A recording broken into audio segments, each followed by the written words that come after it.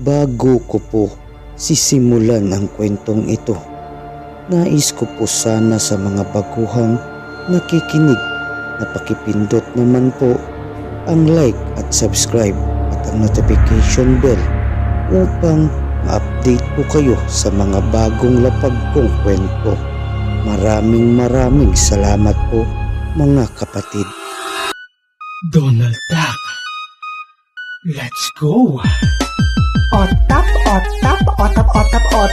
ang magaling at mahiwagang taga-sulat. Ang mga tulog na mata na papamulat. Oh my goodness, sa ating nagkugulat. Ay pagmamalaki ko, tropa ko na pato. Kagrupo namin to, kaya kami panalo. Sulit ang kwento at pak na pak. Tara palakpakan natin si Donald Duck. Written by Donald Duck. Mambabarang laban sa albularyo na isinulat ni Malditang Amazona. Masayang namumuhay ang pamilya ni Simon kasama ang kanyang may bahay na si Rosita at may 6 siyang anak, 3 lalaki at 3 babae. Maganda ang kanilang buhay. Hindi sila naghihirap dahil meron silang malawak na lupain na sinasaka. Napakasipag at napakabait ni Simon bilang isang asawa para kay Rosita at ama naman sa kanyang 6 na anak. Napakabuti ng kanyang pamilya. Lahat ng humihinging tulong sa kanila ay kanilang tinutulungan. Sa kanilang ipinapakitang kabutihan ay may mga tao pa ring naiinggit at may gustong sumira sa magandang pamumuhay nila. May isang taong sobrang naiinggit sa kanila at ito ay nagbayad ng malaki sa mambabarang para mabigyan ng karamdaman ang pamilya ni Simon. Sa madaling salita ay bibigyan niya ng sumpa ang buong pamilya ni Simon. Ang unang nagkasakit ang kanyang may bahay na si Rosita. Bigla na lamang itong nilagnat at kinumbulsyon na sobrang taas na ng lagnat nito. Mabilis na isinugod ni Simon sa pinakamalapit na ospital ang kanyang asawa. Pagdating sa ospital ay agad naman inasikaso ng mga doktor ang kanyang asawa at nabigyan naman agad ito ng lunas. Gumaling si Rosita sa pamamagitan ng mga doktor, ngunit di nila napansin ang mga tumutubong pantal-pantal sa likod nito. Iniuwi ni Simon ang kanyang asawa sa kanyang bahay at doon na lang ito magpapagaling. Dahil sabi ng doktor na isang pangkaraniwang lagnat lang naman daw ito, kaya wala silang dapat ipag-alala. Makalipas ang ilang araw ay ang anak naman na panganay ni Simon ang nilagnat at may kasama pang pagsusuka. Agad din namang isinugod ni Simon ang kanyang anak sa ospital. Tulad ng dati ay niresitahan lang ito ng mga doktor ng gamot sa pagsusuka at gamot para sa lagnat. Habang sinusuri ng mga doktor ang anak ni Simon na si Carlo, ang panganay na anak nito, ay nagsilitawan ang mga pantal-pantal sa kanyang katawan. Kaya mabilis na sinuri ng mga doktor ang kanyang dugo, ngunit wala naman silang nakikitang kakaiba sa dugo nito, kundi normal lang. Kaya ang inireseta nila ay ang gamot sa allergy dahil baka daw may allergy ang anak nito kaya nagkaroon ng pantal-pantal ang katawan nito. Makalipas ang ilang araw ay lalo lang lumalala ang pantal nito na parang nangingitim na at nagkakasugat. Kaya ibinalik agad ito ni Simon sa hospital. Ngunit tulad ng dati, walang nakita ang mga doktor at ito'y kanilang ipinagtataka.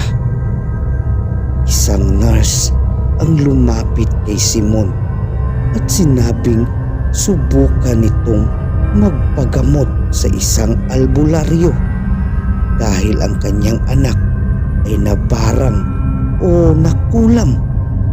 Dahil nakita nito ang sinyalis na ito talaga ay nabarang dahil sa pantal-pantal na lumalabas sa katawan nito at nagsusugat na rin, at ang katawan nito ay parang may gumagapang sa kalamnan nito. Sir, subukan ninyo na dalhin ang anak ninyo sa albularyo o manggagamot dahil napansin ko hindi pangkaraniwang sakit ang dumapo sa inyong anak. Wika ng nurse na pasekreto kay Simon dahil bawal din sabihin sa ospital ang kanyang sinabi dito dahil ang mga doktor ay nagagalit sa tuwing na pag-uusapan ang albularyo sa ospital dahil hindi sila naniniwala sa manggagamot o albularyo. Ganoon din si Simon, hindi rin nakinig sa sinabi ng nurse sa kanya dahil hindi siya naniniwala sa kulam at mga barang. Ipinagpipilitan ng kanyang isip na isang normal lang na sakit ang dumapo sa kanyang anak kaya hindi niya pinansin ang sinabi sa kanya ng nurse. Dahil sa mga test ng mga doktor sa anak ni Simon ay sinabi ng mga ito na may komplikasyon sa dugo ang kanyang anak at nasa stage 4 na nga ito at di na nila ito kayang gamutin pa dahil malala na daw. Hindi rin sila sigurado kung mabubuhay pa ito kung dadaan ito sa operasyon. Kaya inuwi na lang ni Simon ang kanyang anak sa kanilang bahay na malungkot ang kanyang mukha at hindi rin niya kayang sabihin sa kanyang asawa dahil may karamdaman din ito tulad ng karamdaman ng kanyang panganay na anak. Makalipas ang ilang araw ay pinawian na ng buhay ang kanyang anak na si Carlo dahil hindi na nito kinaya ang sakit na kanyang nararamdaman. Habang binibihisan ito ni Rosita ay may napansin itong may gumagalaw sa loob ng tainga ng kanyang anak. Kaya mabilis itong inilawan ni Simon upang makita kung ano iyon. Habang pinagmamasdan nila kung ano ito ay biglang lumabas ang isang insekto mula sa tainga ng kanilang anak. Sa labis na pagkabigla ng mga ito ay hindi nila napatay ang insektong iyon. Lumipad ito palabas ng bahay nila. Nagtataka man si Simon at napapaisip sa kanyang nakita kung bakit may insektong lumabas sa tainga ng kanyang anak. Dahil ang sabi ng mga doktor, komplikasyon sa dugo ang sakit ng kanyang anak at napapaisip din ito dahil wala pang isang araw bago namatay ang panganay nitong anak. Kaya sobrang nagtataka talaga ito kung bakit mayroon na itong mga insekto sa loob ng kanyang katawan. Matapos mailibing ang panganay na anak ni Simon ay dinapuan na naman ng kakaibang sakit ang ikalawang anak nitong lalaki na si Marco. Ang taas din ng lagnat nito at maraming bulutong na kasing laki ng munggo ang tumubo sa pagmumukha nito na siyang kadahilanan para lagnatin din ito. Agad namang sinugod sa hospital ni Simon ang pangalawang nitong anak. Pagdating sa hospital ay walang doktor na naka-assign ng gabing iyon dahil pasado alas 12 na ng gabi. Ang nandoon lang ang nurse at ito rin ang kumausap sa kanya bago namatay ang panganay nitong anak. Kaya ito lang din ang nag-asikaso sa kanila upang malapatan ng gamot ang pangalawa nitong anak. Subalit tulad ng dati ay sinabi nito na hindi talaga normal na sakit ang dumapo sa kanilang pamilya dahil bakas ito ng nabarang. Natatandaan ko po kayo. Di ba kayo din po yung taong sinabihan ko dati na magpagamot ang anak ninyo sa albularyo pero hindi po kayo naniniwala sa akin? Wika ng nurse kay Simon dahil nalaman nito na namatay na ang panganay nitong anak. Ako nga iyon, iha. Malungkot na sagot ni Simon sa nurse. Dalhin na po ninyo ang anak ninyo sa albularyo manggagamot bago pa mahuli ang lahat.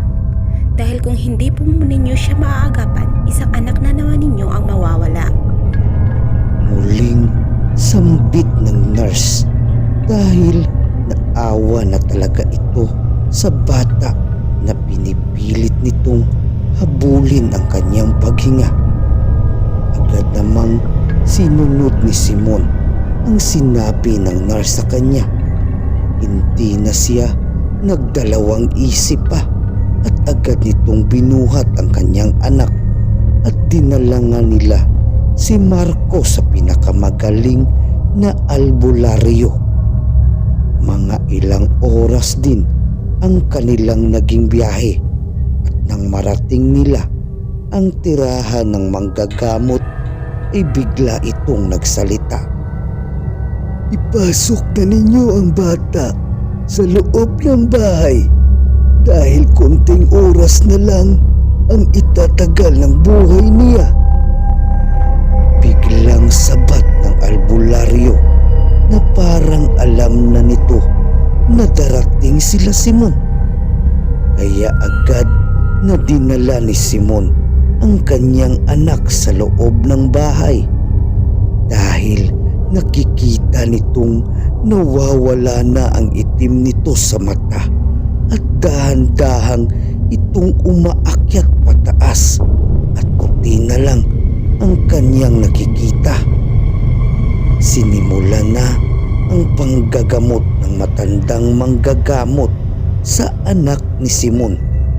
Ngunit nakailang dasal na ang manggagamot ay parang walang epekto sa bata. Napakalakas ng taong mambabarang at desidido ito na ubusin ang buong pamilya mo, Ginoo. Wika ng albularyo kay Simon habang kitang sa kanyang muka na nahihirapan ito dahil sa lakas ng mambabarang na gumawa ng sumpa sa kanyang anak. Ha? Paano po nangyari yun? Wala naman po akong naging kaaway. Nagtatakang tanong ni Simon habang malalim itong nag-iisip dahil kahit kailan wala siyang nakaalitan o di kaya nasaktang tao kung bakit umabot sa ganoong sitwasyon na kailangan pang madamay ang mga buhay ng kanyang mga anak at asawa. Ginoo, inggit ang dahilan kung bakit nangyayari ito sa pamilya mo. Kaya magtiwala ka lang sa akin. Hindi ko magagamot ang anak mo kapag nag-alinlangan ka. Muling wika ng albularyo kay Simon. Nagtataka man si Simon sa mga sinasabi ng albularyo. Pero totoo, hindi talaga siya naniniwala sa mga kulam o barang. Dahil kung hindi ka naniniwala sa akin at sa kakayahan ko na mapagaling ko ang anak mo, pwede ka nang umalis. Dahil hindi ko rin magagamot ang anak mo kung ayaw mo maniwala na gagaling siya. Muling sambit ng albularyo kay Simon upang samahan siya nito na maniwala na mapapagaling niya ang anak nito. Dahil sa narinig sa albularyo, ay pumikit si Simon at binigay niya ang kanyang tiwala sa manggagamot upang mapagaling nito ang kanyang anak. Habang nakapikit ay tahimik din siyang nananalangin sa puong may kapal na sana gumaling na ang kanyang anak at wag nang matulad pa sa panganay niyang anak na namatay dahil sa barang o kulam, dahil hindi na niya isusuko pa ang buhay ng pangalawa niyang anak kung sino man ang gumagawa sa kanilang pamilya na ganitong sumpa. Habang taimtim na nanalangin ang albularyo ng Latin na salita, ay malakas naman na sumisigaw ang anak ni Simon na parang pinahihirapan ito kahit wala namang ginagawa ang albularyo, maliban lang sa mga sagradong salita na lumalabas sa kanyang bunganga. Dahil sa sobrang awa ni Simon sa kanyang anak na parang pinahihirapan ito, ay imumulat na sana niya ang kanyang mga mata para tingnan ang kanyang anak na umiiyak dahil sa sakit na nararamdaman nito. Ngunit pinigilan siya ng albularyo. Ginoo, huwag kang magpapadala sa pagmamakaawa ng iyong anak, dahil hindi siya ang nasasaktan kung hindi ang mambabarang na nagbigay ng sumpa sa inyong anak. Kaya ituloy mo lang ang pagdarasal mo sa makapangyarihang Diyos. Huwag kang patitinag sa mga naririnig mo, dahil nililinlang ka lang ng mambabarang upang itigil mo ang iyong pagdarasal. Saad ng albularyo kay Simon upang ipagpatuloy nito ang pagdarasal sa puong may kapal. Kaya ipinagpatuloy ni Simon ang kanyang pagdarasal at para na itong nabibingi sa paulit-ulit na pagsigaw ng kanyang anak. Papa, umuwi na po tayo. Papa, tama na po. Nasasaktan ako, Papa. Papa, maawa ka sa akin. Sobrang sakit na po. Tama na po. Pagmamakaawa ni Marco sa kanyang ama upang linlangin ito ng mambabarang. Samantala, habang namimilipit sa sakit si Marco, ay may biglang lumabas na alupihan sa kanyang tainga at maraming langgam na kulay itim ang lumabas din sa kanyang ilong at bunganga. Agad namang kinuha ito ng albularyo at inilagay sa isang bao ng niyog na may baga upang mamatay ang mga ito.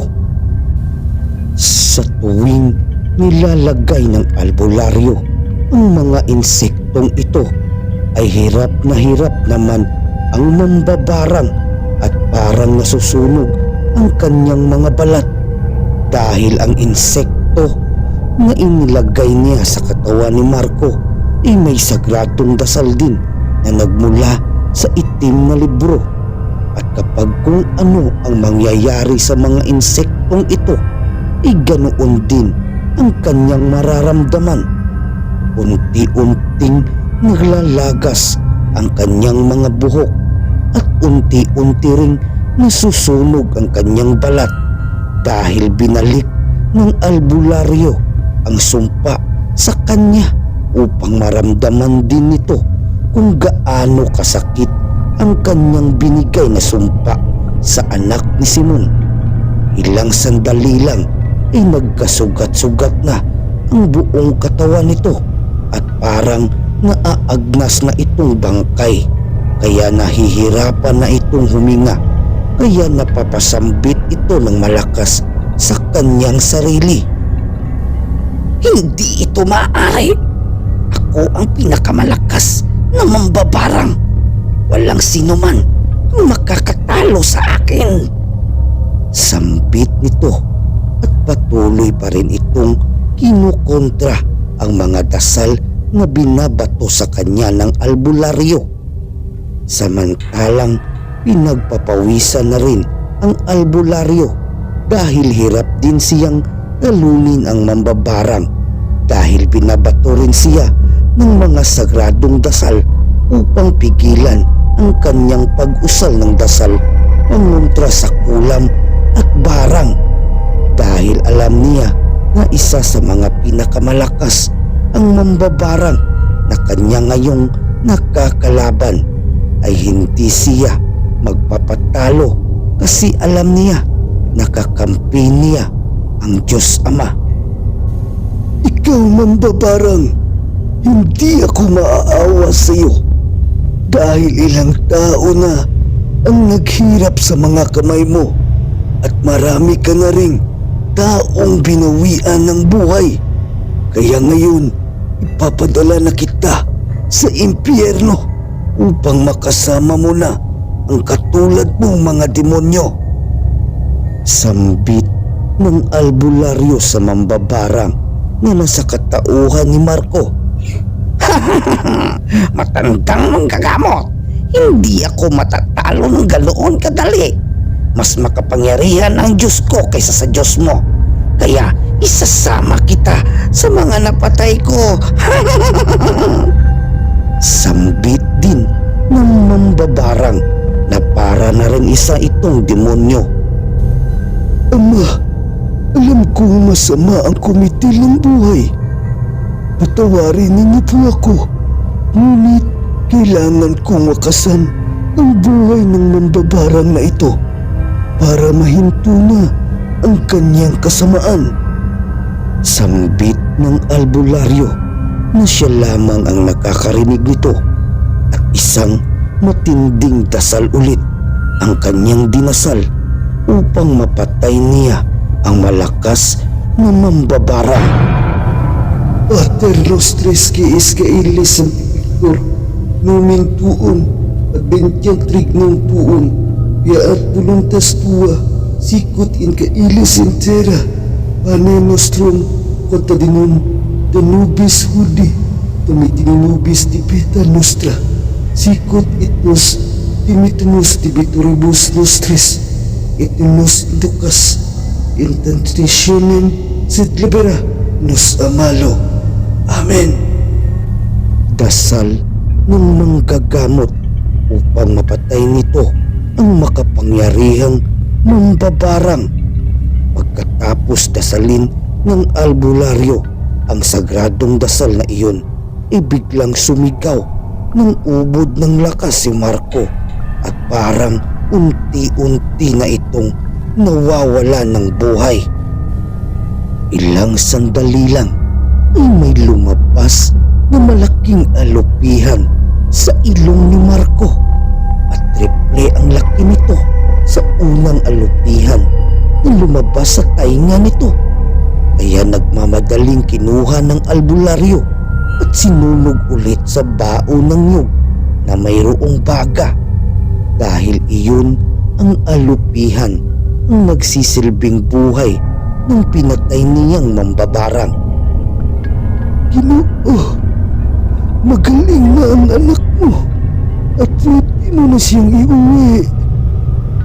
Sampit nito na parang nanghihina pa dahil sa laban niya sa malakas na mambabarang.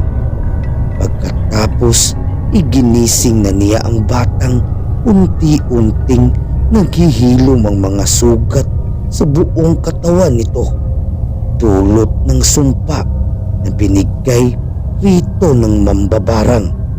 Ilang sandali lang ay nagmulat na din ang mata ni Simon. Sa kanyang pagmulat ay nakita niya ang nakangiting mukha ng kanyang anak. Kaagad niyakap ito ni Simon at naluluhan sinuri ang kanyang anak kung magaling na ba talaga ito. Nang napagtanto nito na gumaling na nga ito, ay hindi mabilang ang pasasalamat ni Simon sa albularyo at sinabi niya na magbabayad siya ng malaki sa paggagamot nito sa kanyang anak. Ngunit tumanggi ang albularyo sa pera na gustong ibayad ni Simon. Ipagdasal mo na lang ako na sana humaba pa ang buhay ko at maraming tulad mo pa ang matutulungan ko, Ginoo. Wika ng albularyo na nakangiti kay Simon. Kaya umalis sila sa bahay ng albularyo na sobrang saya dahil kumaling na ang anak nitong si Marco. Kinabukasan, ibalita sa baryo nila Simon ang pagkamatay ng matandang babae na kanilang kapitbahay na pinaghihinalaan nila na ito'y isang aswang. Ngunit ito pala ang kinatatakutan nilang mambabarang. Kasama nitong namatay ang mag-asawang malaki ang inggit sa pamilya nila Simon, at katulad ng kinamatay ng matandang babaeng mambabarang ay ganoon din ang ikinamatay nila na parang sinunog sila ng buhay. Wakas.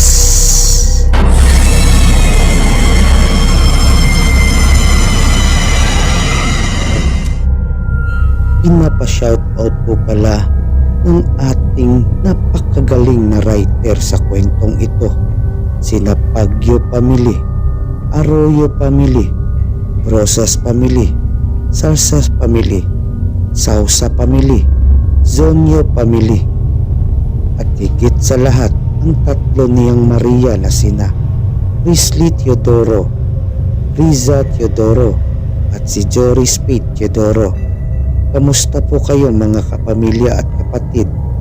Sana lagi kayong mag-iingat at sana ipagdasal nyo rin si malditang Amazona kung saan man siya ngayon nagtatrabaho. Salamat po sa inyo. Dako naman po tayo sa ating shoutout. Pinapa-shoutout po pala ng ating kapatid na si Maine Ramos, ang pamilya Ramos, at sa kanyang mga anak na sina Tens, Prislin, Myrene at kay B-Boy. Shoutout po sa inyo mga anak ni Maine Ramos. Magpakabait kayo tulad din yung mama at lagi kayong magdadasal upang ligtas kayo sa araw-araw, at ipagdasal nyo rin ang inyong mama na ligtas siya palagi sa kanyang trabaho. At shoutout din po kina Truya Bertus, ako, Ayan, Ana, Shane, James, Jobert, Conception at kay Kim. Shoutout po sa inyo mga kapatid at maraming salamat sa inyo sa laging pagsuporta sa channel ko. At sa mga bago po pala dumating sa channel ko, sana maka-like at subscribe na rin po kayo at pakipindot na rin po ng notification bell upang ma-update po kayo sa mga bagong lapag kong kwento. Maraming salamat po mga kapatid. God bless you all po sa lahat.